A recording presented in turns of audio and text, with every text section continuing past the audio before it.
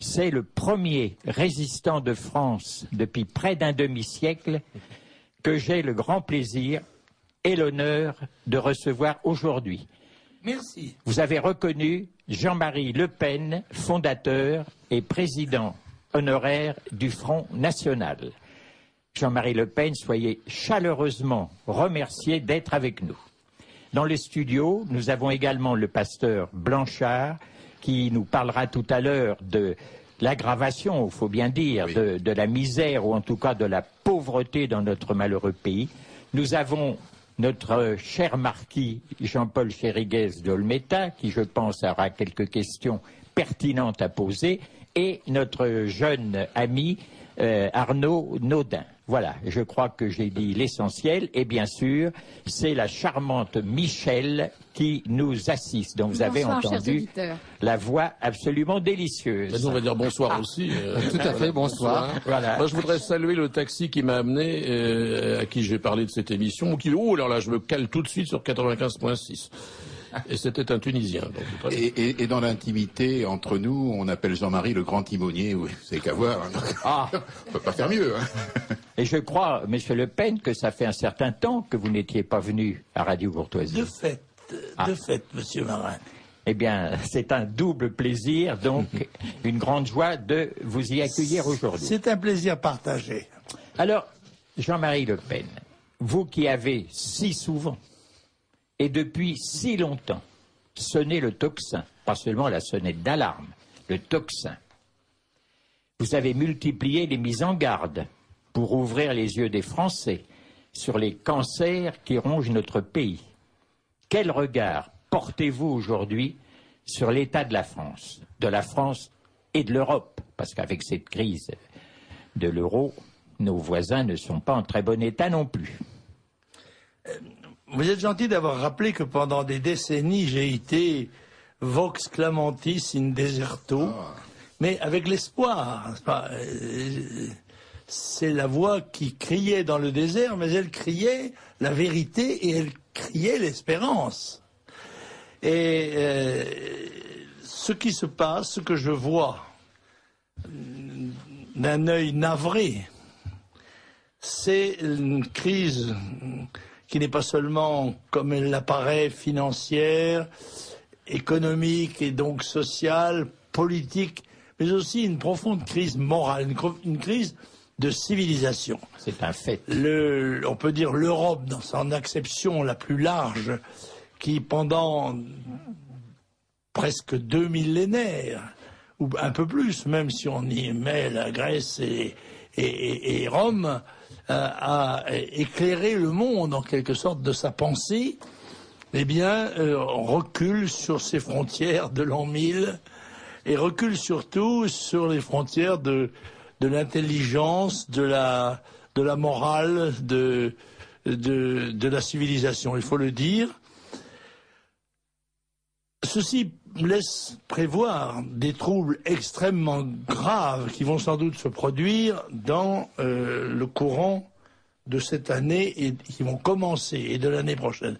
Mais auparavant, je voudrais rappeler une chose qui me paraît dominer la crise mondiale. Celle-ci est une crise de grande pauvreté, une pauvreté qui va aller en s'aggravant et qui est la résultante de deux courbes, si j'ose dire. Une courbe démographique presque verticale qui a conduit la population mondiale en 150 ans de 1 à 7 milliards d'habitants en direction des 10 milliards dans les décennies qui viennent.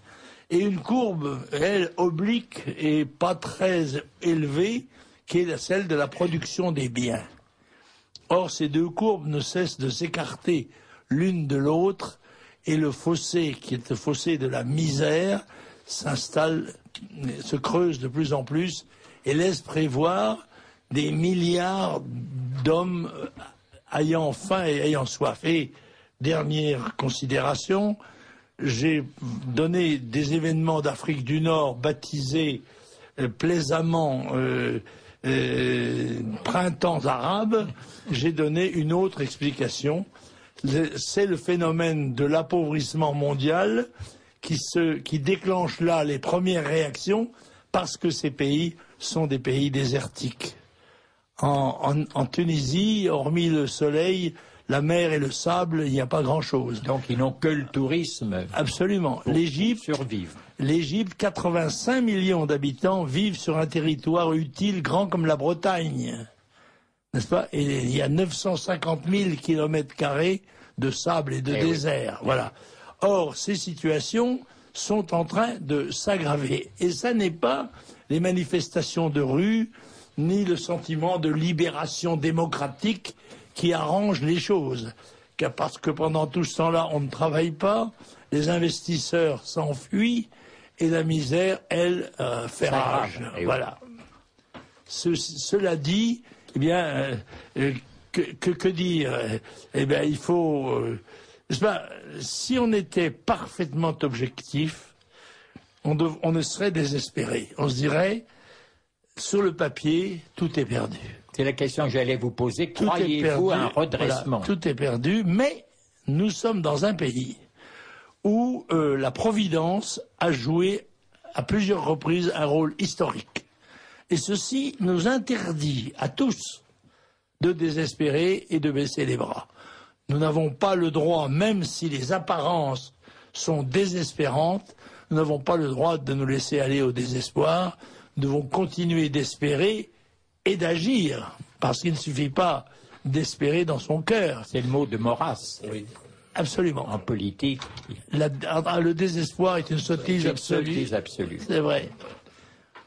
Donc, vous citiez Jean le Baptiste tout à l'heure, derrière est venu le Messie, donc il y a un espoir dans ce monde.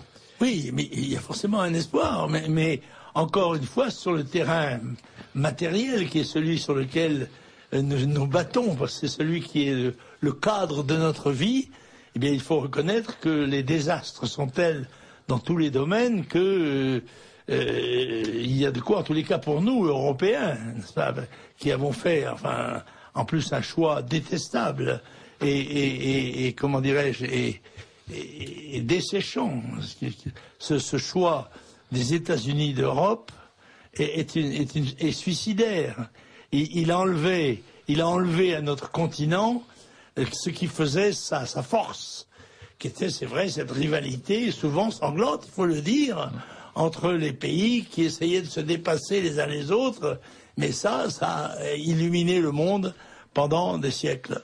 Et j'entendais tout à l'heure, au journal d'Yves-Marie Lolland, Pierre Cassin et Christine Tazin de Riposte Laïque, on n'est pas d'accord avec eux, surtout, bien entendu, mais enfin faire tout de même cette remarque pertinente, c'est, eux disaient, il n'y a qu'une solution, c'est de quitter l'Union européenne, car Bruxelles veut nous imposer encore 50 millions d'immigrés et on est en train de crever de cette immigration excessive. J'éviterai de nommer un certain mot.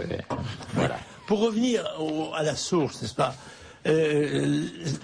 l'Europe de Bruxelles est née de Jean Monnet et Coudenhove-Kalergi, qui ont imaginé que, dans le fond, le pays qui leur semblait le plus performant du monde étant les États-Unis d'Amérique, il n'y aurait qu'à copier ces structures pour aboutir à un résultat identique et peut-être même supérieur. C'était évidemment ignorer qu'il n'y a rien de commun entre la Suisse et le Connecticut, entre l'Allemagne et la Californie, ou la France et New York, bien sûr. Et autant les États-Unis ont pu créer une fédération d'États parce que la classe dirigeante était unanimement yankee, n'est-ce pas, donc anglo-saxonne. Autant en Europe, nos civilisations sont différentes, je dirais même, par l'expérience que j'ai de 26 ans de Parlement européen, que les structures mentales des populations nordiques sont différentes des structures mentales des populations latines. C'est certain. Ce n'est pas biologique, mais c'est culturel. Mais c'est absolument évident. Nous ne concevons pas les choses de même manière. Par conséquent, alors le drame, c'est que pour faire cette union, on a renoncé à être un État. Ça aurait créé, pensez donc, le patriotisme européen. C'est scandaleux, épouvantable. Donc on a supprimé nos frontières, supprimé non seulement les frontières intérieures, mais supprimé les frontières extérieures. Et il est évident que nous nous sommes trouvés pieds et poings liés face à une concurrence économique internationale avec des pays qui n'ont pas les mêmes charges ni sociales, ni environnementales, ni fiscales, ni financières que nous, et par conséquent, nous sommes battus sur tout l'ensemble. C'est le pot de terre contre le pot de fer. Voilà, d'où délocalisation de nos industries, désindustrialisation. Mais l'Allemagne elle-même, dont on vante les succès, l'Allemagne est un cercueil en or. C'est un cercueil en or d'abord pour des raisons démographiques. Exactement. Parce que leur démographie, comme la nôtre d'ailleurs, laquelle n'est brillante que d'apparence et par rapport étranger, n'est-ce pas ? Bien sûr. Mais tous les pays européens sont en déshérence démographique. La Russie perd 1 million d'habitants par an. Bon, et ça, là, il y a une communauté, en effet, on peut dire ethnico-culturelle, de Brest à Vladivostok. Bon, eh bien, cette communauté dans le reste, alors que le reste du monde connaît une explosion démographique, n'est-ce pas ?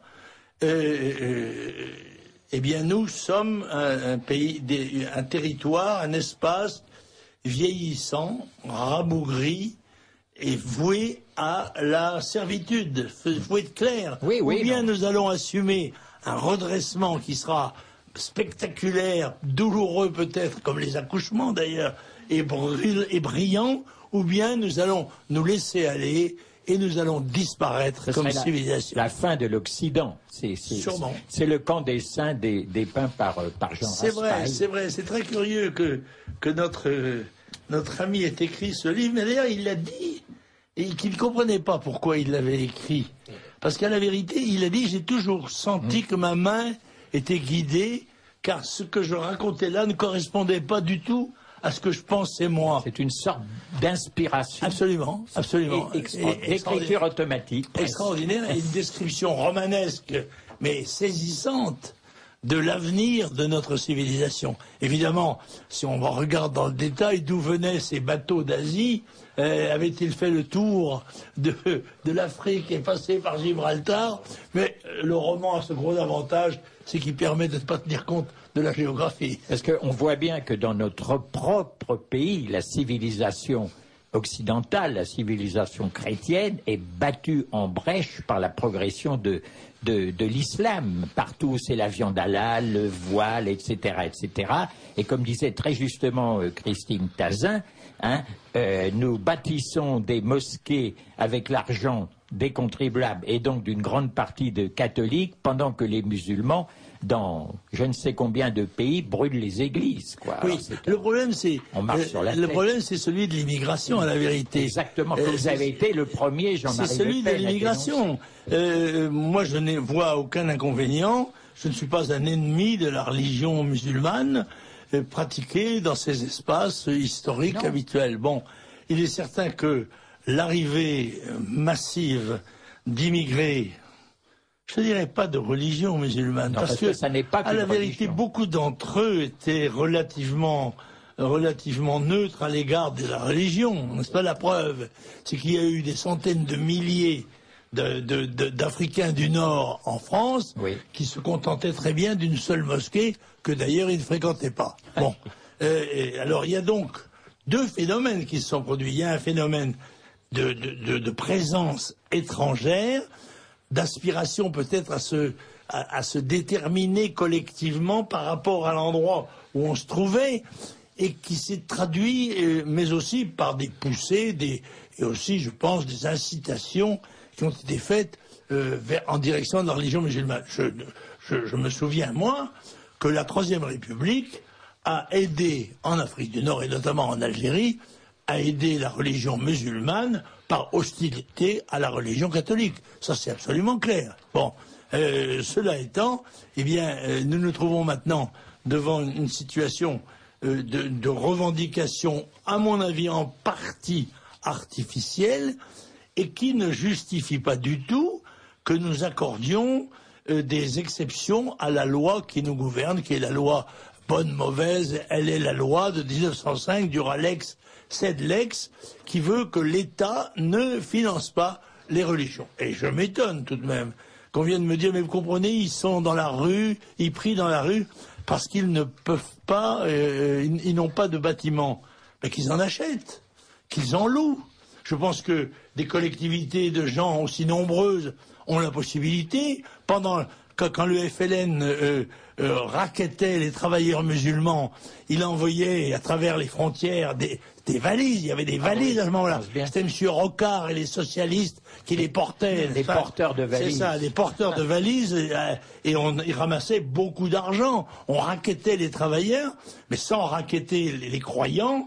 Ben, je crois que s'il y a une aspiration populaire, réelle, véridique, pour avoir des lieux de culte, mon Dieu, on loue des cinémas, on loue des emplacements, on bâtit, etc. On fait comme font tous les autres. Seulement le danger, chacun le sait, c'est que l'islam n'est pas qu'une religion, on l'a dit et répété des milliers de fois, mais que c'est quand même un système assez on peut aussi prier à la totalitaire. maison. On peut aussi prier à la maison. Il y a souvent des chauffeurs de taxi, tu disais aux Marocains à qui je parle, qui disent moi je prie chez moi. Ben oui, Bien c'est un sûr. système totalitaire. C'est en tant cela que je dis que le phénomène est largement artificiellement politisé.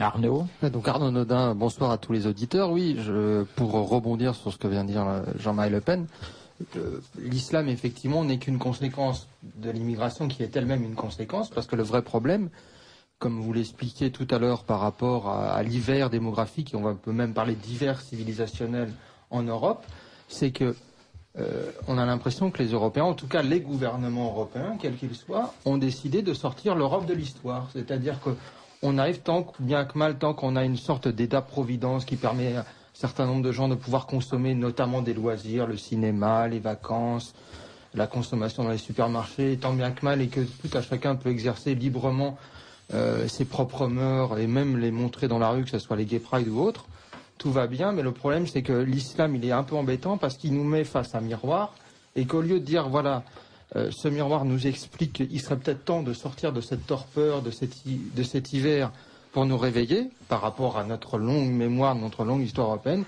Ah non, on va l'accepter du moment qu'il ne remet pas en cause cette indolence, cette espèce de non-suicide.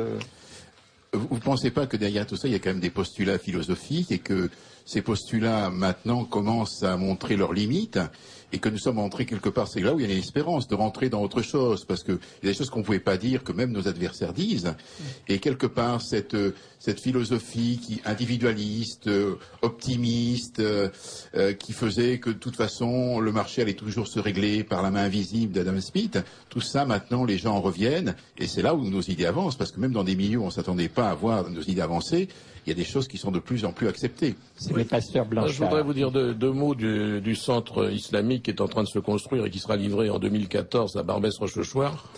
Je me suis étonné directement, en live, comme on dit aujourd'hui, auprès de M. Vaillant, qui avait dit...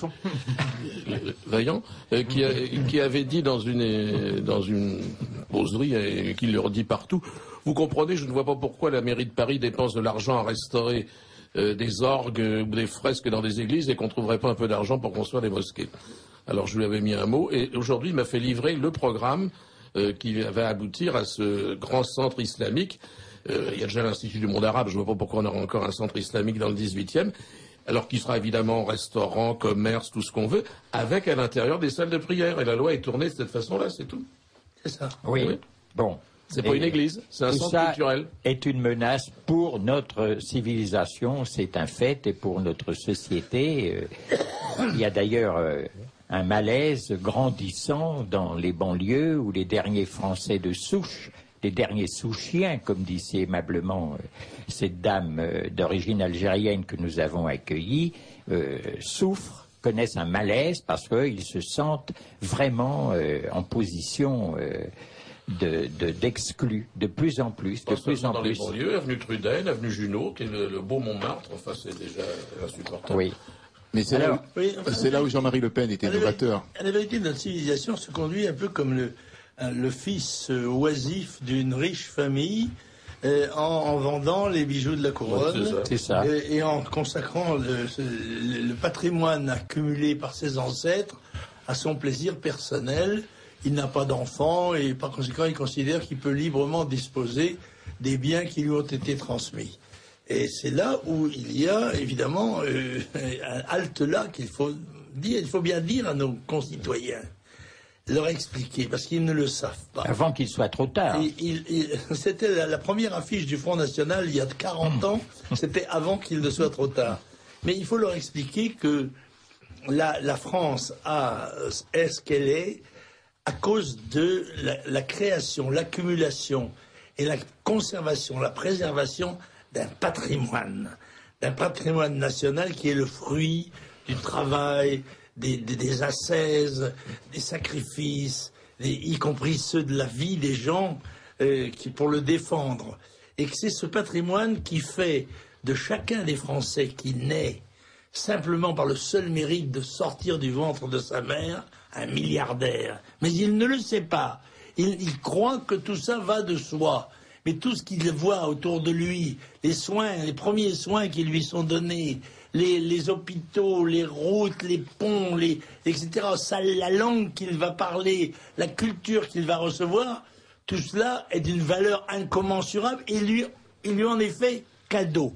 Cadeau pas en propriété, et c'est là où il faut que les moralistes disent leurs mots, mais en usufruit, avec l'obligation morale absolue de le transmettre, voire même de l'enrichir pour les générations suivantes. Or, nos générations politiques, car la responsabilité des politiques est considérable, moi j'ai dit souvent dans mes discours, vous ne devez pas en vouloir aux immigrés.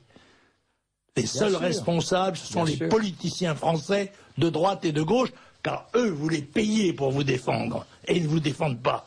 Et les gens qui nous gouvernent ont, par une espèce d'inversion, n'est-ce pas, fait exactement l'inverse de ce qu'il lui fallut faire. Bon, on a saccagé la famille, on a exalté la liberté individuelle au détriment de la survie collective.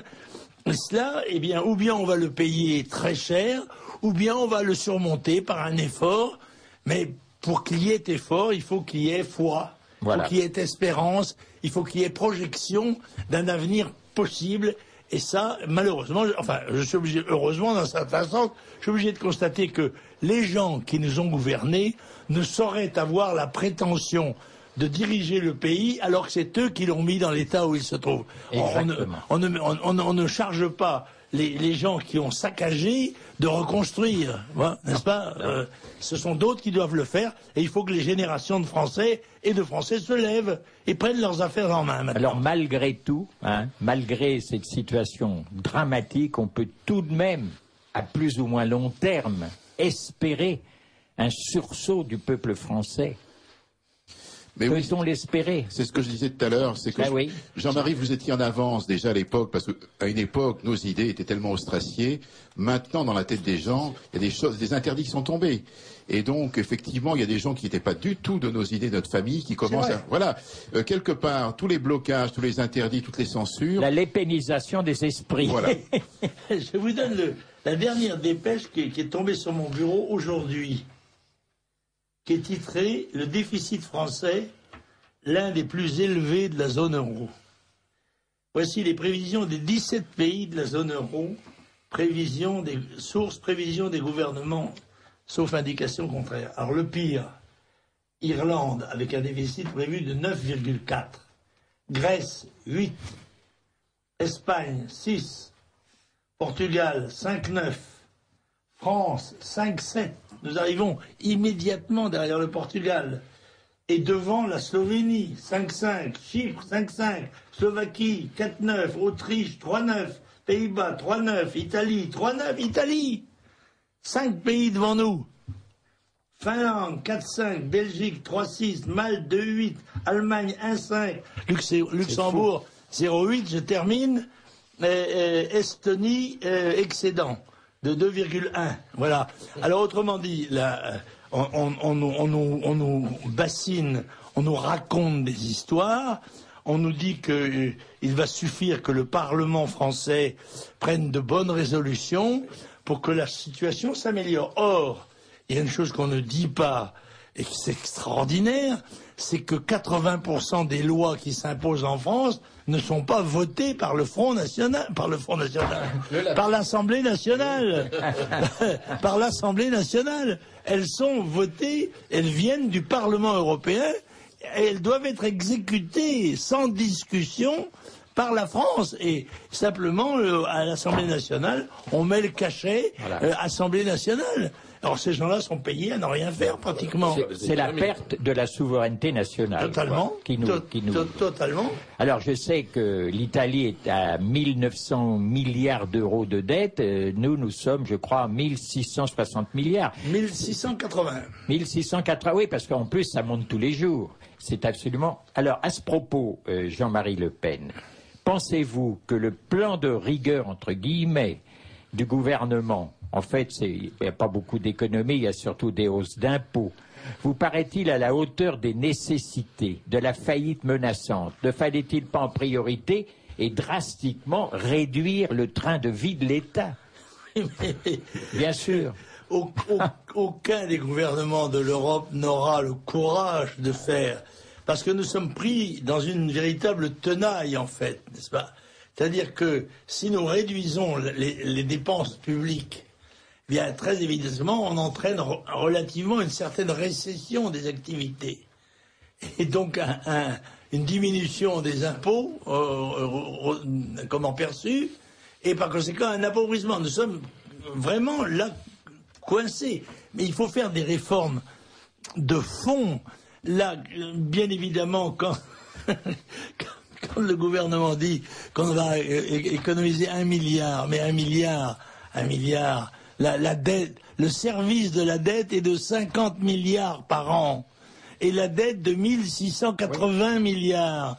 Par conséquent, c'est pas en rabotant 1 ou 2 milliards de plus, ce n'est pas cela qu'il faut faire. Moi, je crois qu'il faut faire, c'est ce que propose Marine Le Pen, rompre avec le système, rompre avec l'endettement par rapport au marché.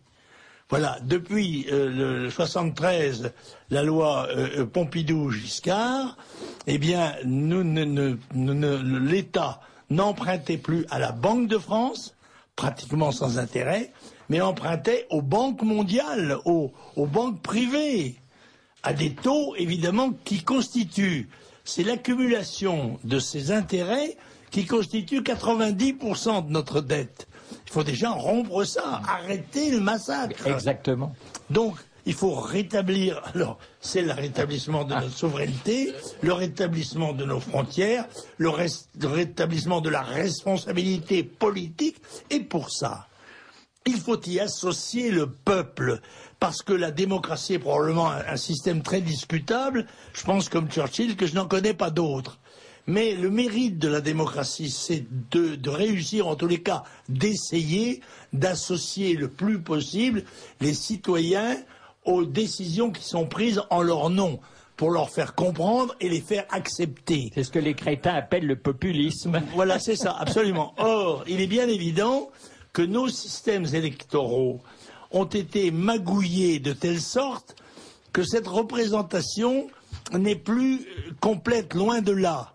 Il n'y a qu'un seul système qui comporte ses inconvénients, je l'accorde, qu'un seul système qui soit réellement démocratique et qui permette de s'appuyer sur le peuple, c'est la représentation proportionnelle. Je dois vous dire que je ne vois aucun inconvénient à ce qu'il y ait 6 députés de M. Besancenot, c'est plus lui, maintenant c'est M.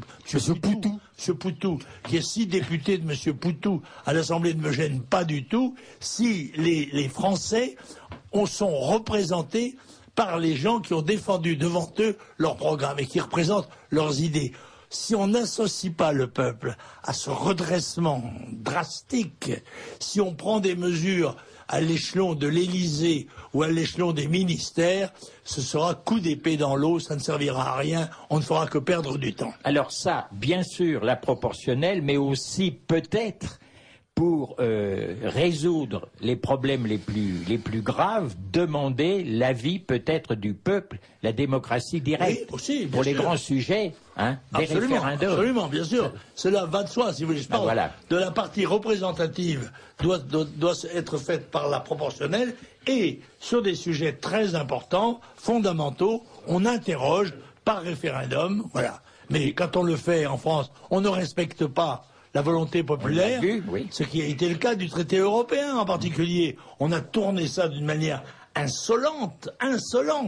Monsieur Sarkozy s'est vraiment moqué du monde en disant, écoutez, vous ne voulez pas de ça, eh bien je vais le transporter là et je vais le faire voter par les députés. Les godillots marcheront et tout ira bien. C'est l'escroquerie morale. Oui, mais ça ne marche pas. Non. Ça ne marche pas. Bon, il faut nous identifier, cher Vous Michel. écoutez Radio Courtoisie, le libre journal de la résistance française, dirigé aujourd'hui par Gérard Marin, qui reçoit Jean-Marie Le Pen, fondateur et président honoraire du Front National, le pasteur Blanchard, Jean-Paul Chériguez de Olmeta et Arnaud Naudin. Alors, puisque vous avez évoqué Sarkozy, Jean-Marie Le Pen, je vais vous poser une question toute bête, mais qu'on ne peut pas ne pas poser. Comment jugez-vous, presque au terme de son quinquennat, le bilan de Sarkozy?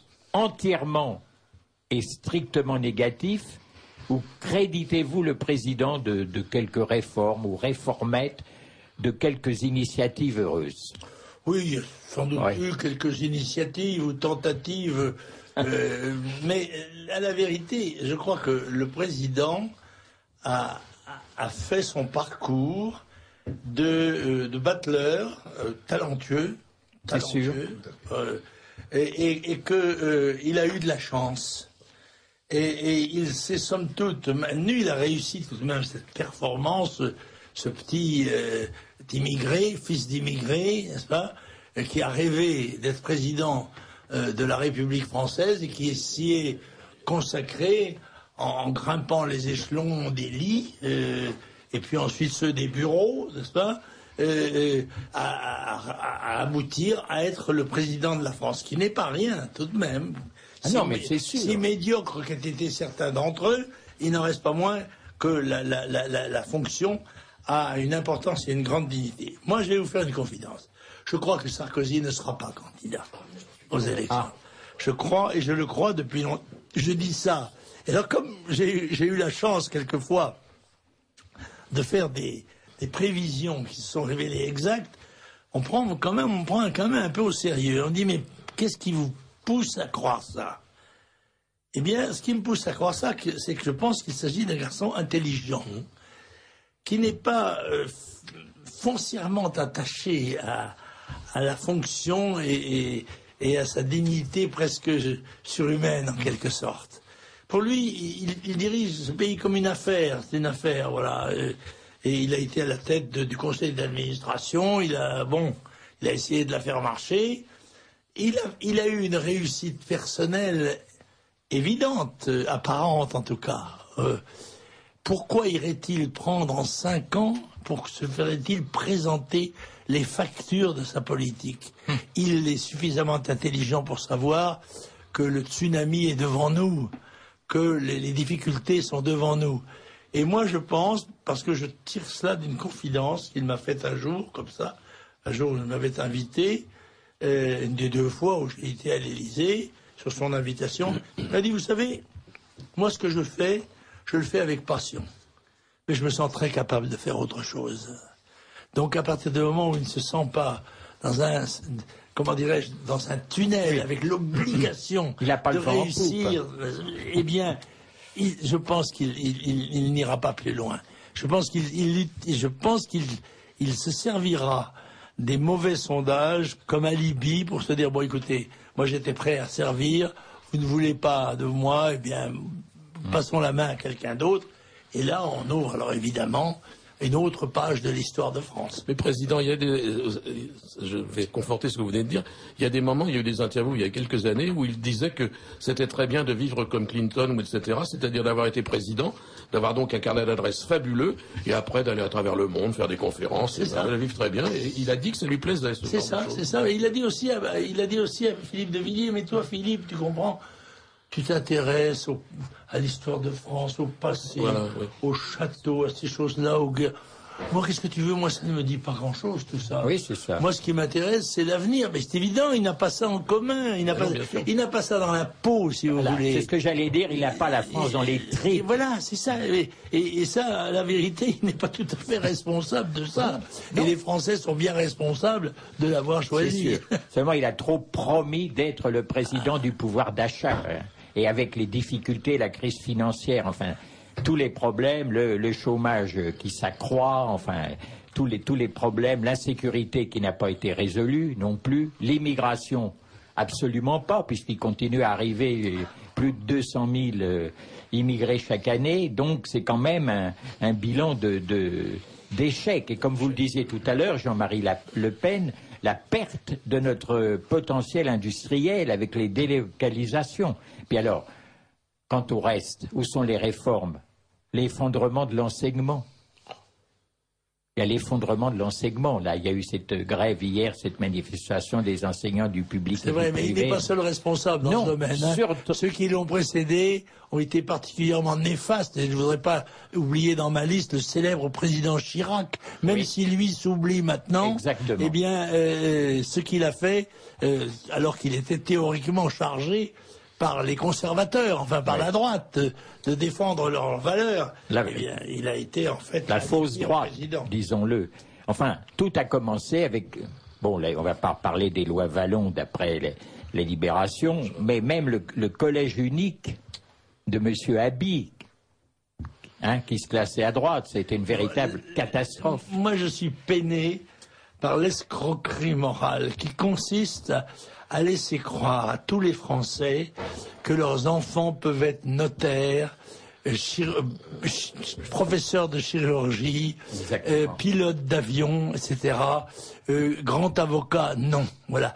Là, il y a une escroquerie et une formidable déception qui est à la mesure des sacrifices inouïs que font les familles pour pousser leurs enfants à faire des études. La médiocrité de nos établissements primaires, secondaires et supérieurs est telle que c'est de l'argent jeté par les fenêtres.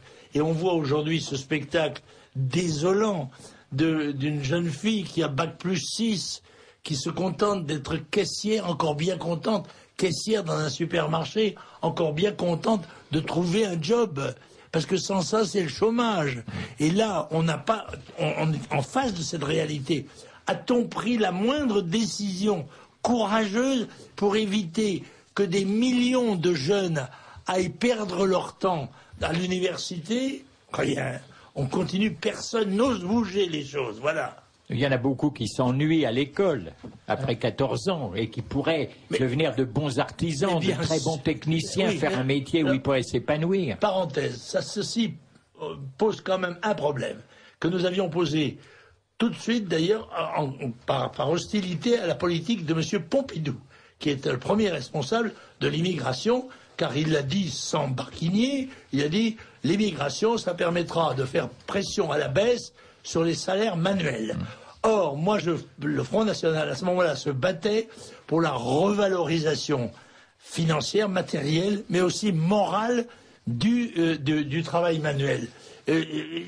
Vous connaissez l'anecdote qu'on raconte, c'est la dame qui reçoit une facture de son plombier, qui a dit « Comment 1800 €?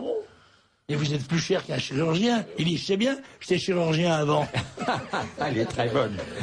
Oui, Arnaud. Alors Arnaud Naudin pour les auditeurs. Moi j'ai deux questions à poser au président Le Pen. Tout d'abord, concernant l'affaire Bourgi.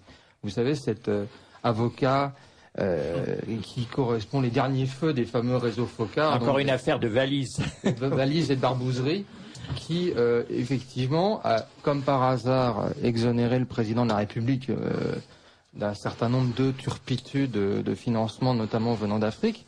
Mais par contre, a certes attaqué Dominique de Villepin et Jacques Chirac, mais vous attaquez également. Absolument. Il avait oublié au premier tour. Donc, le président Gourbi, qui est un familier du président de la République, et un habitué du monde de la franco, comment dit-on, La France-Afrique. de la France-Afrique, a lancé, sans qu'on comprenne bien pourquoi, le brûlot, probablement contre M. Villepin, qu'il déteste, paraît-il. Et il a raconté cette histoire de valises par millions apportées. Tout le monde sait ça.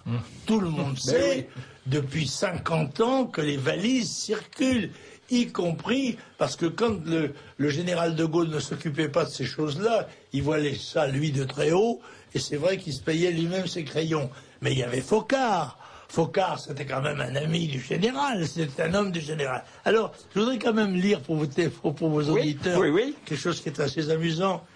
C'est le président de la République qui remet la Légion d'honneur à Monsieur Guilbourgui. Il lui remet. Et j'extrais cette phrase délicieuse. « Je sais, cher Robert, pouvoir continuer à compter sur ta participation à la politique étrangère de la France avec efficacité et discrétion. Je sais que sur ce terrain de l'efficacité et de la discrétion, tu as eu le meilleur des professeurs et que tu n'es pas homme à oublier les conseils de celui qui te conseillait jadis à la rédaction, c'est Sarko, hein, bon, c'est pas de moi. 2, entre parenthèses, rester à l'ombre pour ne pas attraper de coups de soleil. Sous le chaud soleil africain, ce n'est pas une vaine précaution. Jacques Focard avait bien raison. Voilà. Donc, monsieur Gourbi, n'est-ce pas, lance le brûlot. Et la réaction, c'est quoi? Bien, évidemment, ça mouille tout le monde. Parce que les gens se disent, bon, ben évidemment, Gourbi est là, c'est un ami du président, s'il le faisait pour les autres, il continue de le faire. Et je laisse la parole maintenant à des gens qui ne sont pas mes amis. C'est le journal Jeune Afrique, qui raconte, permettez, je m'excuse de citer encore une fois. Mais non, Jean-Marie Le Pen. L'article. Comment a réagi Nicolas Sarkozy? Demande Jeune Afrique. Au début, le président a plutôt souri, nous dit l'enquête du Point parue le 15 septembre. Si cela a été le cas, le sourire devait être jaune. Selon nos informations, Nicolas Sarkozy lui aurait téléphoné le dimanche matin vers 10h30. « Robert, tu as mis le feu !» Oui, Nicolas, comme Johnny au Stade de France. Puis, c'est Claude Guéant. « Robert, que t'arrive-t-il » Ce que Bourgi ne dit pas, mais que d'autres sources racontent, c'est la suite. L'avocat est convoqué à l'Élysée l'après-midi à 16h30, après un passage dans le bureau de Guéant, place Beauvau. Il y entre par la grille du coq, le président l'attend furieux. « C'est du grand n'importe quoi, ce que tu dis va servir nos ennemis. Qu'est-ce qui t'a pris ?» Puis, l'orage passé, on discute, en présence de Guéant, sur le thème du comment limiter les dégâts, et peut-être du comment exploiter ce qui peut l'être. Est-ce, alors là, j'attire votre attention sur cette phrase, est-ce au cours de cet entretien qu'est mis au point le plan médiatique du lendemain et qu'est échafaudée l'idée d'ajouter Jean-Marie Le Pen sur la liste des bénéficiaires de valises? Voilà. C'est Jeune Afrique qui raconte. Voilà. Ils se sont dit, mais qu'est-ce qui va... Ça profite à Marine Le Pen. Ah oui. Et comment faire? faut mouiller. Ah, bien Il sûr. n'y a qu'à mettre Le Pen dans le coup. Ah oui. C'est invraisemblable, mais ça fait rien. Le Pen n'était pas ministre, il n'avait aucun service à rendre à monsieur Bongo. Et alors, l'histoire continue, parce que on va sans doute voir apparaître des témoins. Alors, il y a un faux témoin qui vient d'apparaître, qui est un obscur Premier ministre de monsieur Bongo. Je ne sais pas d'ailleurs ce que faisait le Premier ministre de monsieur Bongo, à part peut-être tenir le coton, le porte-coton, puisque, en général, les présidents africains ne laissent pas beaucoup d'espace de politique à leur Premier ministre. Et ce bonhomme dit, ah oui, absolument. Et alors, très curieusement, il dit, j'ai entendu le président, comment dirais-je, Bongo m'a dit ça à moi, et il emploie exactement la même phrase que Bourgui. Il dit, ah oui, ce raciste, il a été bien content de prendre mes valises, n'est-ce pas? Or, je vois pas pourquoi le président du Gabon m'aurait donné de l'argent en prétendant en même temps que j'étais raciste. Je suis sûr que le président Bongo n'a pas parlé comme ça.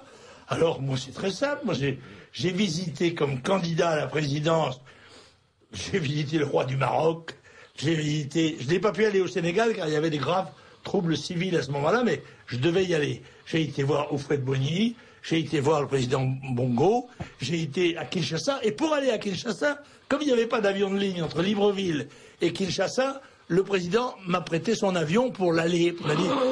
Oui, Ali Omari. À ceci près que je n'étais pas ministre, moi. Tout à fait autre chose. J'étais un simple député. J'ai visité le président Nakazone au Japon, Madame Aquino, présidente des Philippines. J'ai visité le président Reagan et un certain nombre d'autres gens. Ils ont tous donné des valises? Malheureusement, ils ne m'ont pas donné de valises. Ni les uns, ni les autres. D'ailleurs, quand j'ai visité le président Bongo, il me semble me souvenir qu'il y avait avec moi Dormesson, pas l'écrivain, le député du Front. Et c'était officiel, c'est dans le salon, c'est tout à fait officiel. Olivier Dormesson. On ne voit Olivier, oui. On ne voit pas le président Bongo me dire. Enfin, non mais ça a été grotesque, tentative de rediaboliser Le Pen. Non, mais bien sûr, mais on en verra. Écoutez, cher monsieur, on en verra sûrement d'autres. Oui, c'est ça. On en verra sûrement d'autres, et il y a sûrement des arcans, car il y a une équipe quand même de voyous extraordinaires à l'Élysée quand même. Comment il s'appelle, Gloubil, là où. Takiedine, etc. Ces personnages qui sont des personnages de romans noirs. Et pas seulement à l'Élysée. Moi, je tiens à citer 4 lignes de l'article de l'ambassadeur Christian Lambert dans les 4 vérités, article qui s'intitule « Le triste spectacle de la classe politique française », et il écrit « La classe politique française s'est complètement déconsidérée. La parole officielle n'est plus crédible. Quant au bilan de Sarkozy, il le résume. Le quinquennat de Sarkozy s'achève sur un échec global, immigration, insécurité, dette gigantesque et diminution du pouvoir d'achat. » On ne saurait mieux dire. On ne saurait mieux dire. Oui, Arnaud? Alors moi j'ai une deuxième question qui concerne... Et je vous en prie, Président. J'ai une deuxième question qui concerne là plutôt le volet économique du Front National. Parce qu'on avait plutôt l'impression que pendant les années 80, qui était un peu la décennie dans laquelle le Front National a vraiment allé au devant de la scène, on avait l'impression qu'il y avait un programme économique un peu plus libéral, un certain nombre de propositions qui étaient libérales, alors que maintenant on a l'impression que le programme économique défendu par votre fille est un peu plus étatiste. Eh bien écoutez, ça se comprend très bien. Le Front National est libéral quand les socialistes sont au pouvoir. Parce que 81, c'est Mitterrand et c'est Mauroy et toute la bande qui vont faire la politique socialiste. Et à ce moment-là, le Front National critique cette politique socialiste en développant plutôt un programme libéral. Et puis, nous basculons dans l'ultralibéralisme depuis 95 plutôt, enfin, et même déjà depuis 88.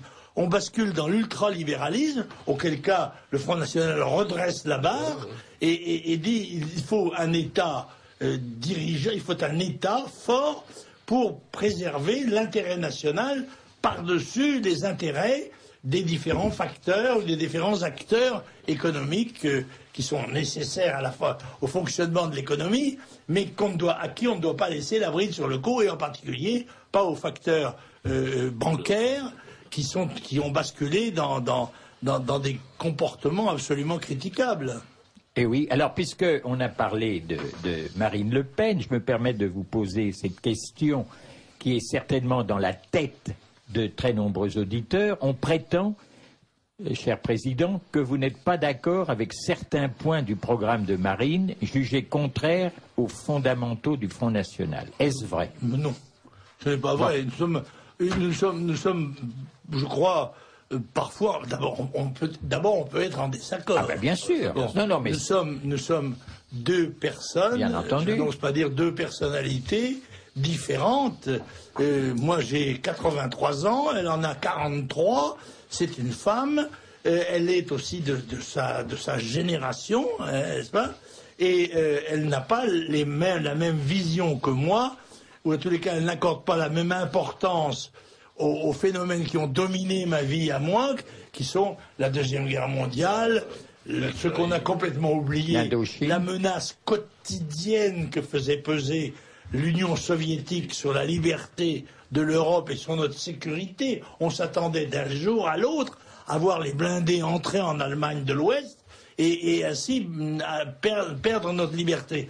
L'Indochine, et puis ensuite l'Algérie, avec on va en parler. les événements dramatiques qui se sont succédés.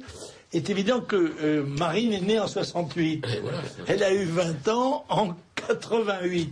Il est évident que la guerre d'Algérie a 50 ans. Bien sûr.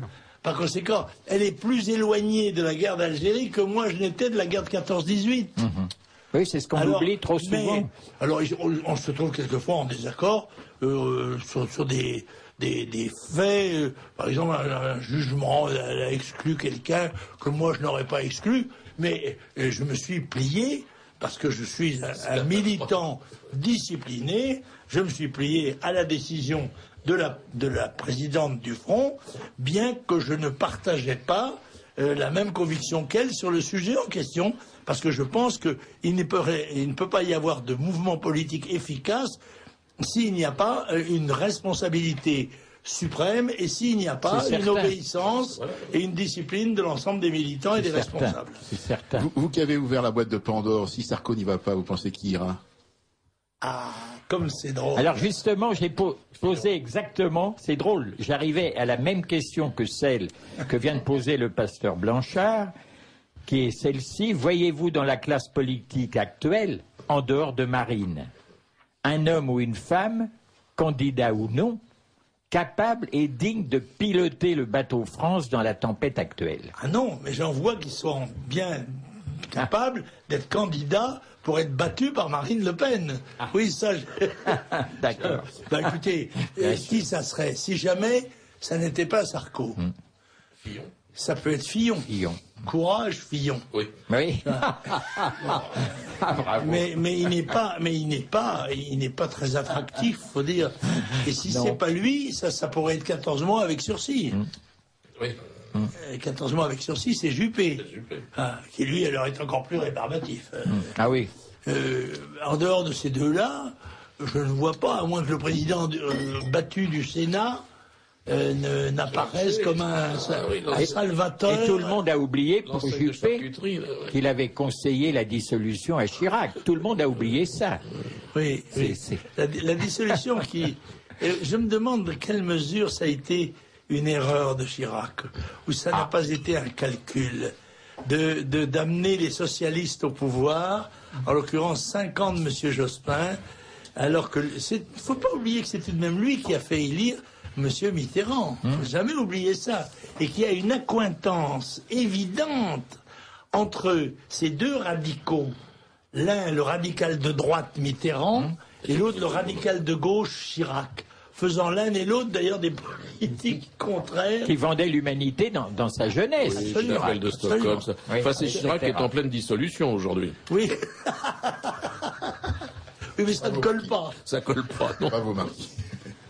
Alors, peut-être faudrait-il lire des messages qui pleuvent en quantité fantastique. Alors, vous écoutez Radio Courtoisie, le libre journal de la résistance française, dirigé par Gérard Marin, qui reçoit aujourd'hui Jean-Marie Le Pen, le pasteur Blanchard, Jean-Paul Chériguès de Olmeta et Arnaud Nodin. Alors, tout d'abord, plusieurs messages dans le même sens. Cher Monsieur Marin, un immense merci déjà de votre présence et un immense merci d'avoir invité Jean-Marie Le Pen. Un auditeur, oui, c'est la même chose. Alors, un auditeur, c'est avec le plus grand respect que je pose ma question à Monsieur Le Pen. Les États-Unis ont toujours favorisé la montée des nationalismes en Europe afin de mettre à profit les multiples oppositions récurrentes des peuples européens. Est-ce encore le cas cette fois? Un auditeur, Monsieur Le Pen, pourquoi selon vous les économies de l'Irlande et de l'Islande se redressent alors que celles des pays du Sud sont toujours noyées de dettes? une auditrice. Il faudrait rappeler que Obama avait annoncé l'installation de la démocratie dans les pays arabes par le biais des relais sociaux d'Internet. L'Europe est téléguidée depuis les États-Unis. Notre président y prend ses ordres. Nous sommes gouvernés par de toute autre personne que ceux qui ont été élus. Un auditeur ou une auditrice, je ne sais pas, les destructeurs de notre pays vont gagner par l'intermédiaire des enfants et de nos petits-enfants. En effet, les enfants de 10 ou 12 ans, nos petits-enfants, trouvent tout à fait normal d'être métissés dans leurs écoles, trouvent normal d'avoir des amis musulmans, croyants, alors que les 3/4 d'eux-mêmes ne sont déjà plus baptisés et ont des prénoms à dormir debout. Impossible de discuter avec eux sous peine d'être traités de vieux fascistes et de réactionnaires. Je pense réellement que ces destructeurs vont gagner, sans guerre civile, par les enfants de 7, 8 ou 10 ans. Un auditeur concernant la situation sociale et économique de la France, je suis persuadée que certains veulent faire revenir la France et l'Europe à l'an 1000. La France redevient une friche arriérée. Un auditeur, que pense Jean-Marie Le Pen de la manœuvre et de l'inspiration des socialistes à faire voter les étrangers aux élections locales? Est-ce pour favoriser, avantager ou faciliter les chances électorales des élus socialistes, sachant que les étrangers leur seront redevables? Un auditeur, je suis tout à fait d'accord avec le président. Nous sommes engagés dans la catastrophe depuis De Gaulle. Tous les présidents successifs sont des criminels anti-français qui ont ruiné la France grâce à l'Europe qui est une fourmilière. On ne les a pas traduits en haute cour. Une auditrice. Ils sont toujours dans la basse cour.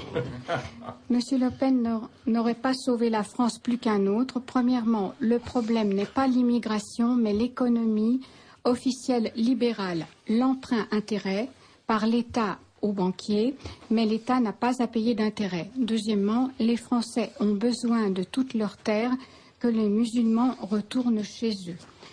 Une auditrice, bravo de recevoir Monsieur Le Pen. Pourquoi n'est-il pas resté le président fédérateur du Front? Il en a le punch. Bravo pour la gifle médiatique à Cohn-Bendit. Le plan de la franc-maçonnerie n'est-il pas à l'œuvre en ce moment? Un auditeur, on demande où sont passés les 460 milliards qui ont disparu en 4 ans, entre 2007 et 2010, et qui ont aggravé la dette de la France. Une auditrice, ce matin, on mettait en cause Jean-Marie Le Pen qui aurait reçu des subsides d'Omar Bongo. Qu'en est-il? Une auditrice, lorsque j'étais au Caire en Égypte, tous les musulmans étaient dans les rues à prier et cependant le Caire a de magnifiques et immenses mosquées, mais le vendredi est une fête importante comme le dimanche en France et l'on prie dehors, c'est la coutume. C'est ridicule de vouloir construire des mosquées à tout va. Un auditeur à Jean-Marie Le Pen, je crois que les Français doivent savoir qu'aucun prétendant politique à la magistrature suprême de l'UMPS ne résoudra le problème de l'islamisation de la France. Il faudra recourir à d'autres moyens ou s'incliner. Et lucidement, je pense que c'est cette seconde solution qui prévaudra. Qu'en pensez-vous? Une auditrice, en République, la démocratie est une dictature sournoise. En tout état de cause, je vote pour Marine Le Pen. Merci. Bon, écoutez, il me semble assez difficile de répondre à toutes ces questions. Bah oui, parce que ça part. Elles sont protéiformes, si j'ose dire. Mais il y en a, en tous les cas, une qui m'intéresse, c'est le rôle des États-Unis par rapport à la France. La politique étrangère française a souvent été gouvernée par l'étranger, et en particulier par l'Angleterre, il faut le savoir. Rappelez-vous, quand Clémenceau montait à la tribune, les cris étaient « Oh yes, oh yes, oh yes ». Bon.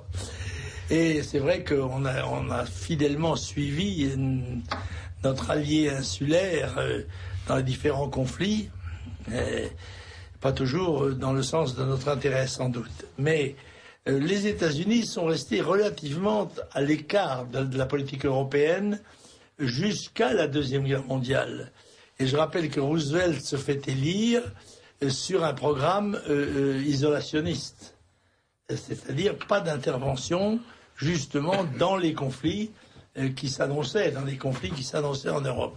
Et ça n'est que à partir du moment où Churchill est arrivé au pouvoir en Angleterre que l'Amérique s'est progressivement, et Roosevelt, progressivement engagé aux côtés, d'abord de façon économique, n'est-ce pas, c'était catch and carry, je crois, le traité, n'est-ce pas, des traités économiques entre l'Angleterre et les États-Unis, et puis de plus en plus progressivement jusqu'à la provocation de Pearl Harbor, sur laquelle j'ai mon sentiment. Je crois que les États-Unis y ont prêté la main, je pense, et où ils sont plus entrés en guerre, alors que le Japon, lui, n'entrait pas en guerre contre la Russie. C'est là où il y a eu un marché de dupes, n'est-ce pas, et où l'Allemagne s'est fait flouer sur le plan international. Enfin, ça, c'était une question que les historiens peuvent regarder de haut. Ils sont accusés, bien sûr, d'être partisans dans la mesure où ils ne partagent pas la vulgate traditionnelle. Mais moi, j'ai suffisamment de détachement à l'égard de ces événements. J'ai fait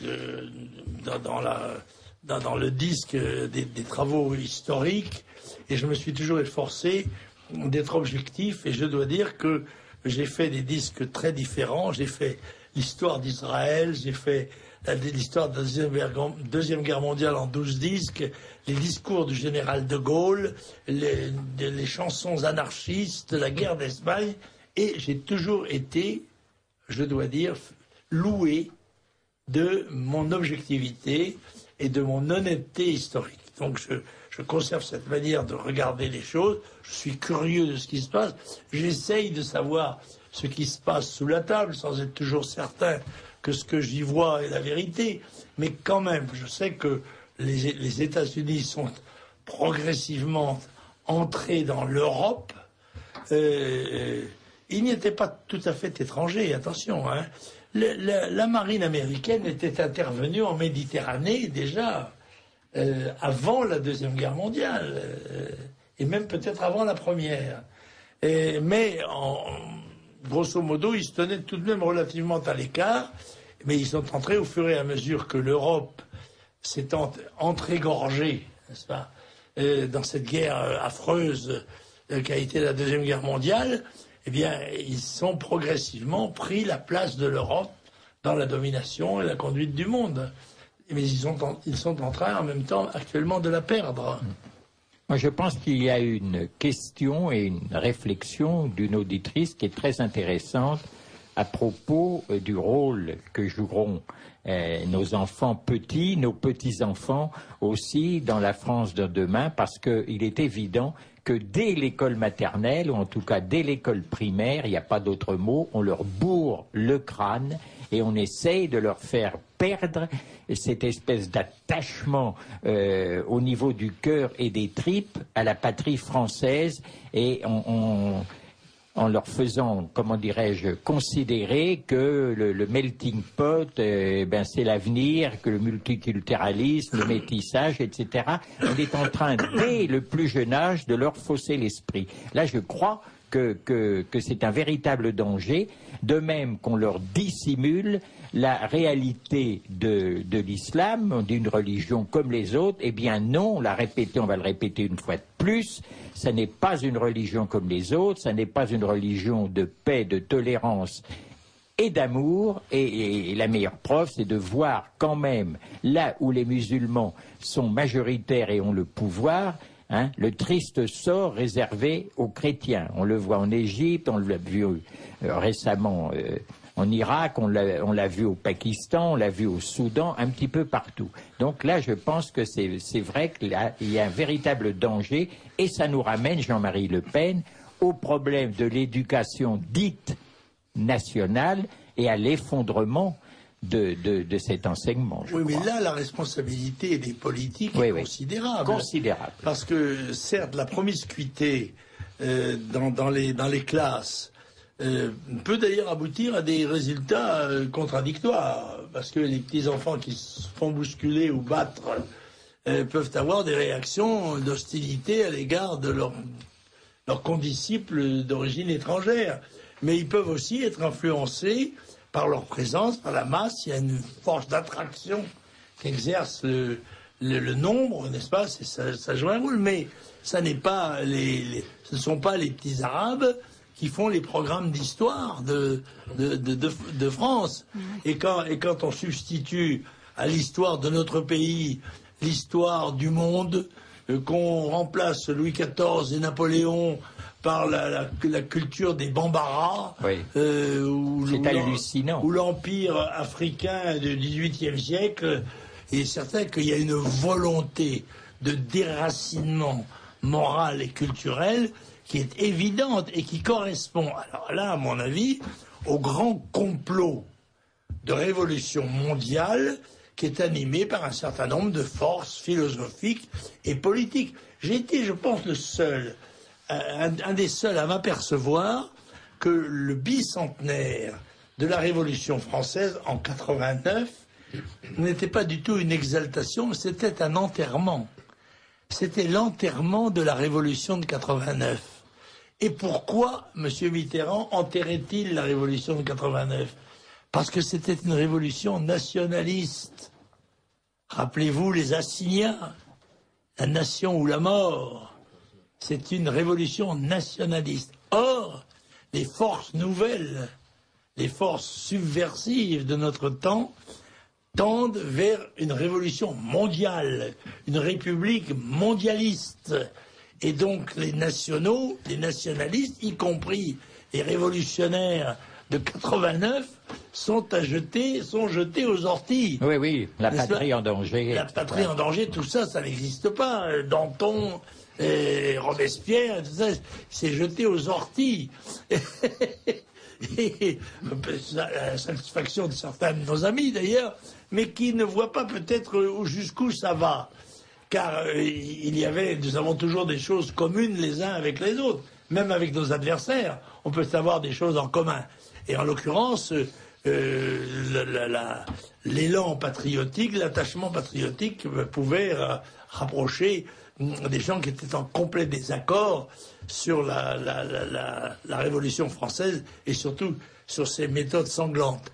Mais aujourd'hui, c'est ce qu'on veut nous inculquer, c'est le mondialisme. Là, je crois, Rothschild qui a dit,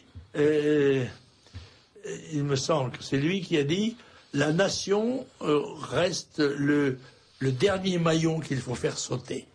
Voilà.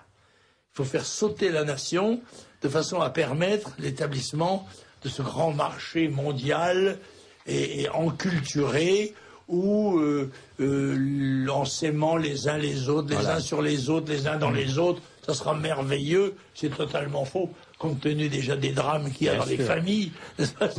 Une masse de moutons qui n'auront plus d'histoire, qui n'auront plus de tradition, sûr, mais qui seront peut-être faciles à manipuler comme consommateurs et comme, dans le fond, esclaves de la civilisation nouvelle. Monsieur Marin, je voudrais quand même faire un petit aparté, parce que la vie, elle est plastique, et citer un exemple protestant. Au moment de la révocation de l'édit de Nantes, moi, l'enfant de Mazamet, et on a enlevé les enfants protestants, on les a élevés dans la religion catholique de force.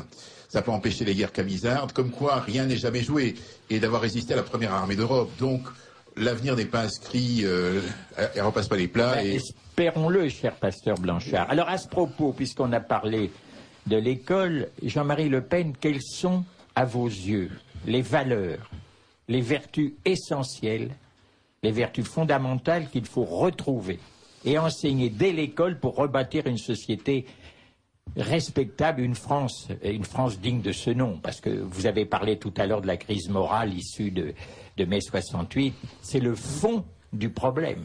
Le fond du problème, c'est que la valeur principale qu'on doit inculquer aux enfants, c'est le travail. qui postule que l'on se réveille de bonne heure le matin pour aller à l'école à une heure donnée. Quand on a pris cette habitude-là dès l'âge de 3 ans, comme moi, ou 2 ans même, je crois, eh bien, après, on ne sait plus faire autrement. Comme on dit que les polytechniciens n'arrivent jamais à travailler parce qu'ils ont tellement travaillé pour passer leur concours qu'ils en ont pris une habitude irrésistible. Bon ben, c'est la même chose. Il faut donner cette habitude, cette estime, ce respect du travail. Il faut que soit respectée la supériorité du maître sur l'élève. C'est-à-dire exactement l'inverse de ce qui est aujourd'hui la philosophie, où on dit, dans le fond, le maître et l'élève sont sur le même plan, voire même le maître a beaucoup à apprendre de l'enfant. L'enfant ne sait rien. L'enfant a tout à apprendre. Et puis, il va recevoir la transmission du savoir, ce qui lui laissera sa liberté, plus tard, de décider de ce qu'il fera ou ne fera pas. C'est la nécessité, mais c'est presque mécanique de la discipline, l'étude, l'appréhension intellectuelle exige une concentration qui exige un silence, un sérieux, une sécurité. Il ne faut pas craindre d'être attaqué par le petit copain qui est à côté. Il ne faut pas non plus que le bruit que font les grandes andouilles qui sont dans le fond de la salle vous empêche d'entendre ce que dit le maître. Voilà, discipline, travail, esprit, apprentissage de la morale humaine, mais aussi de la morale patriotique, expliquer aux enfants d'où ils viennent, ce qu'ils sont, et on ne peut pas se substituer tout à fait aux parents, parce qu'il y a un rôle dans l'éducation qui appartient en propre aux parents et qui tient aussi aux exemples. Or, les exemples de notre vie d'aujourd'hui, ce n'est pas seulement le comportement de papa et de maman, ni même des voisins d'à côté.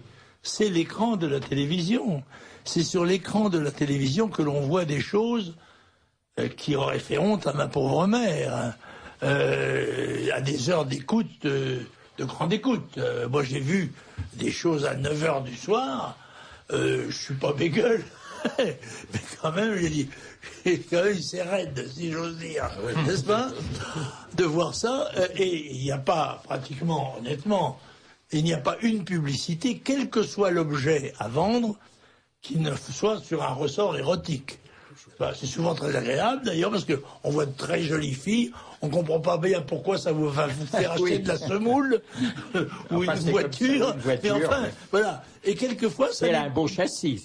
Oui, c'est ça. Mais ça n'est quelquefois pas seulement ça. C'est quelquefois beaucoup plus vicieux que ça. Et évidemment, et les films, n'est-ce pas, la grande difficulté pour un jeune, c'est de faire la différence qu'il y a entre la réalité et la fiction. Or, même des adultes ont de grandes difficultés à faire cette distinction. Il faut savoir, par exemple, que tout ce que nous savons de la Deuxième Guerre mondiale, nous le savons à travers des films de fiction, à travers des fictions romanesques qui ont été imaginées et qui, bien souvent, ne correspondent pas ou pas du tout à la réalité. Et ce sont cela les modèles que regarde l'enfant, beaucoup plus que ce qu'il entend à l'école, malheureusement. Son papa et sa maman, souvent, travaillent l'un et l'autre, n'est-ce pas? Quand ils rentrent du travail avec eux, je m'excuse de parler de ça, mais le trajet, qui souvent ajoute à la pénibilité du travail, 1 heure, 2 heures, 3 heures ou 4 heures par jour, n'est-ce pas, pour aller et revenir de son travail. Bon, je pense qu'on est souvent épuisé. Et moi, j'ai une grande admiration pour les mamans françaises, une grande admiration, qui doivent à la fois assumer une profession, qui doivent faire des enfants, les élever et les garder autant que possible à l'écart des tentations de subversion diverses, et puis qui en plus doivent tenir leur ménage, faire les courses, etc. Et entretenir une certaine image de bonheur à l'intérieur de la cellule familiale.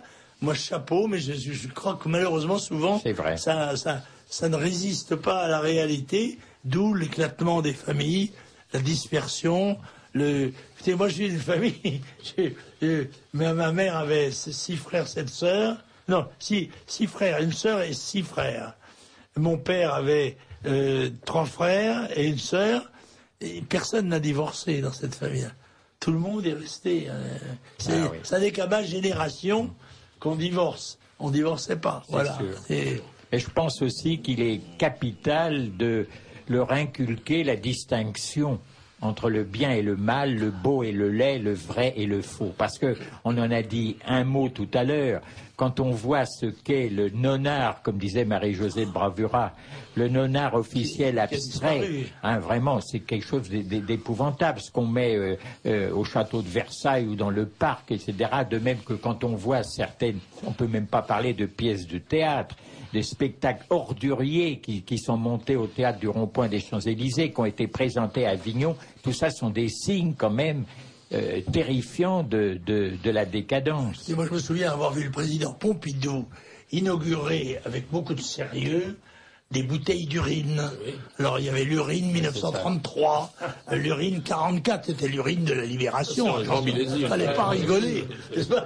Mais non. Et alors, cet homme intelligent et cultivé branlait du chef devant ces chefs-d'œuvre de la civilisation. Oui, Arnaud. Le pire dans ce nonard dit officiel, c'est qu'en plus il est officiel. C'est-à-dire il ne vit, en plus c'est un nonard qui ne cherche qu'à avoir des primes et des subventions. Puisque la plupart du temps, ces faux artistes ne sont pas du tout des créateurs, ce sont juste des chasseurs de primes, d'officiels, de subventions. Il y a une chose, justement, pour rebondir sur ce que disait Jean-Marie Le Pen tout à l'heure, et qui est important, justement, sur l'action du gouvernement américain désormais dans les politiques intérieures européennes. C'est deux choses qui arrivent, c'est de voir de plus en plus l'incursion et l'action de l'ambassade des États-Unis, notamment à destination des populations d'origine étrangère dans nos banlieues. J'en veux pour preuve que, de manière assez récurrente, assez régulière, l'ambassadeur des États-Unis organise un certain nombre de conférences et d'interventions d'acteurs américains assez célèbres, tous issus de la communauté afro-américaine, pour promouvoir la diversité, donc ce qui est présenté comme les nouvelles élites. J'en veux pour preuve également un colloque qui, je crois, va bientôt avoir lieu, colloque organisé dans le cadre, on va dire, quasiment avec des intervenants du fameux Parti des indigènes de la République, la fameuse Aria Bouteja qui nous traite de sous-chiens, qui, soit dit en passant, est fonctionnaire à l'Institut du monde arabe. Voilà, donc on insulte la France, mais heureusement que la France nous paye.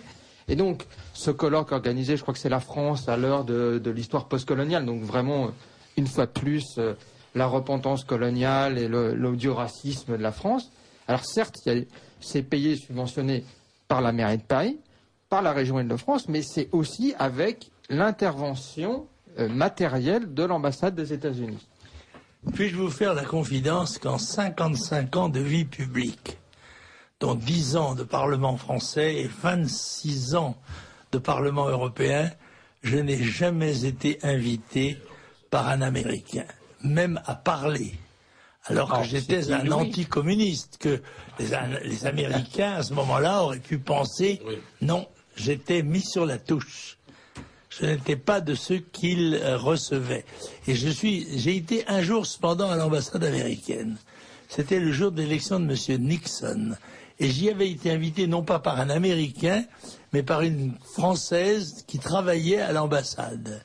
Et j'ai vu le spectacle extraordinaire de Michel Rocard et des socialistes sifflant l'élection de Nixon en buvant le champagne de l'ambassade. Et je leur ai dit, vous n'avez pas honte, vous n'avez pas honte, vous êtes chez les Américains, vous n'êtes pas obligé d'y être, et vous sifflez le président qui vient d'être élu. C'est plutôt grossier. Ça, c'est pas ça qui les étouffe. Hein. Mais c'est là. J'ai été une fois à l'ambassade des États-Unis. Mais ça n'était pas invité par les Américains. Et ça m'a toujours tout de même étonné que petite personnalité politique que j'étais, certes, mais quand même qu'il n'y ait pas eu un attaché d'ambassade qui un jour ait pensé peut-être essayer de savoir ce que pensaient les gens comme moi. C'est incroyable. C'est incroyable. Alors, mais vrai. Jean-Marie Le Pen, si vous le voulez bien, je voudrais qu'un instant nous quittions les États-Unis pour revenir à l'Europe. nos auditeurs, je pense, aimeraient connaître votre sentiment à propos de cette Union européenne. Trouvez-vous normal que les pays plus ou moins fourmis, entre guillemets, se serrent la ceinture et même courent à la ruine pour éviter le naufrage aux pays cigales comme la Grèce et d'autres? Oui, mais ces pays ont été poussés à faire ça. Voilà. Vous savez, l'Europe a des fonds d'intervention qui sont des fonds cadeaux. Et moi, je connais assez bien la Grèce. Hein. Je vais vous donner un exemple. Dans l'île de Symi, qui se trouve une île qui est au nord de Rhodes, et il y avait au bout de l'île, à l'autre bout de l'île, il y a le port de Symi, mais à l'autre bout de l'île, il y a un site très curieux. C'est une espèce de petit port en forme de ballon de rugby, avec juste une courte entrée. Il n'y a là qu'un seul, un pop. Ça s'appelle Panormitis. Eh bien, on a fait 4 kilomètres de route de montagne pour joindre le port de Symi à ce temple au pop qui était là. Alors qu'on y allait avant, c'était en bateau, c'était une excursion adorable, charmante. On faisait ça avec les fonds de l'Europe. Ça a été à la manœuvre. C'était liberté. Il fallait absolument qu'ils entrent dans l'Europe. Parce que le but de la manœuvre, c'est de faire la fédération européenne. Et l'euro a été mis en place pour obliger les peuples à adhérer à la fédération. Les fédéralistes se sont cassés le nez sur l'euro. L'euro va se casser la figure. Et les fédéralistes avec, Dieu merci. Et nous allons revenir à nos nations convaincues de devoir collaborer avec les nations amies, mais on fait du commerce avec l'Allemagne depuis 200 ans, et plus. Vous savez, le pourcentage de commerce que l'on fait avec l'Allemagne n'a pas changé, pratiquement. Le pourcentage n'a pas changé. Bon, bien sûr, on souhaite être le plus heureux dans les relations internationales, mais je voudrais casser le dos à une erreur, c'est de dire l'Europe a permis la paix. C'est faux. C'est la paix qui a permis l'Europe. C'est tout à fait différent. Il n'y avait pas de raison de guerre. Dans les décennies passées, Dieu merci, il y en avait une qui menaçait, je rappelle quand même, on l'a oublié, mais c'était la guerre nucléaire russo-américaine, en vous rappelant qu'ils avaient chacun 10 000 têtes nucléaires. Et que probablement ce conflit aurait mis fin à l'histoire de l'humanité. Nous ne sommes pas à l'abri de ce genre de guerre. Je crois que tôt ou tard, certains pays utiliseront l'arme nucléaire, avec les conséquences peut-être terribles qui s'en suivront. Les pays fanatiques qui... On ne sait pas. Il y a en tous les cas beaucoup de pays, et comme nous allons vers une diffusion de la science nucléaire, donc une diffusion du risque. Et donc il y a un moment donné où tous les pays n'auront peut-être pas la même maîtrise qu'ont eu, Dieu merci, mais ça a failli les Américains et les Russes. Mais ça, on a échappé à ça. Mais encore une fois, c'est quelque chose qui est latent. Faut le savoir. Et comment expliquer cet aveuglement des gens qui ont poussé, des fédéralistes, qui ont poussé à la création d'une fédération européenne en niant les réalités, c'est-à-dire, comme on l'a dit, voilà, l'utopie. Que chaque pays a sa tradition, ses mœurs, sa culture, son histoire. C'est l'utopie, c'était justement la négation de ce qu'il y avait de profond et de permanent dans les cultures nationales. C'était la négation, la nation apparaissait aux yeux de ces gens-là comme un frein, comme un obstacle qu'il fallait abattre, ou tout le moins contourner pour construire le monde idéal. Les utopistes ont toujours eu la même ambition, c'est de faire le paradis sur Terre. Les soviétiques, les communistes pensaient c'était le paradis rouge, c'était l'enfer. Généralement, ce genre de paradis sont des enfers. Et nos civilisations, qui ont été elles-mêmes bien souvent sanglantes, ont maintenu quand même un certain équilibre relatif quant à la morale globale, si vous voulez. et qui est supérieur à ce que l'on a pu voir, hélas, en Russie, en Chine, ou dans un certain nombre de pays de ce style. Il nous reste 2 minutes. 2 minutes? Alors, je signale à nos auditeurs que Jean-Marie Le Pen nous fera le plaisir de rester une grande partie de l'émission après la coupure technique de 19h30. Et là, peut-être nous pourrons évoquer plus précisément la préoccupation numéro 1 des Français, hein, en dehors de l'insécurité, de l'immigration, de tout ce qu'on a évoqué, qui est le chômage. Je crois que c'est... Et il est évident que dans le programme du Front National de Marine Le Pen, il y a beaucoup de propositions intéressantes à ce sujet. Et puis, on ne pourra pas ne pas parler, bien entendu, du 50e anniversaire de la guerre d'Algérie. Et je tiens à rappeler que Jean-Marie Le Pen, jeune député, avait fait preuve de courage et d'honneur en démissionnant de l'Assemblée nationale pour aller se battre contre ceux que De Gaulle appellerait plus tard les égorgeurs. Et je crois qu'on peut lui tirer notre chapeau pour cela et pour beaucoup d'autres choses. À tout à l'heure, alors, amis auditeurs.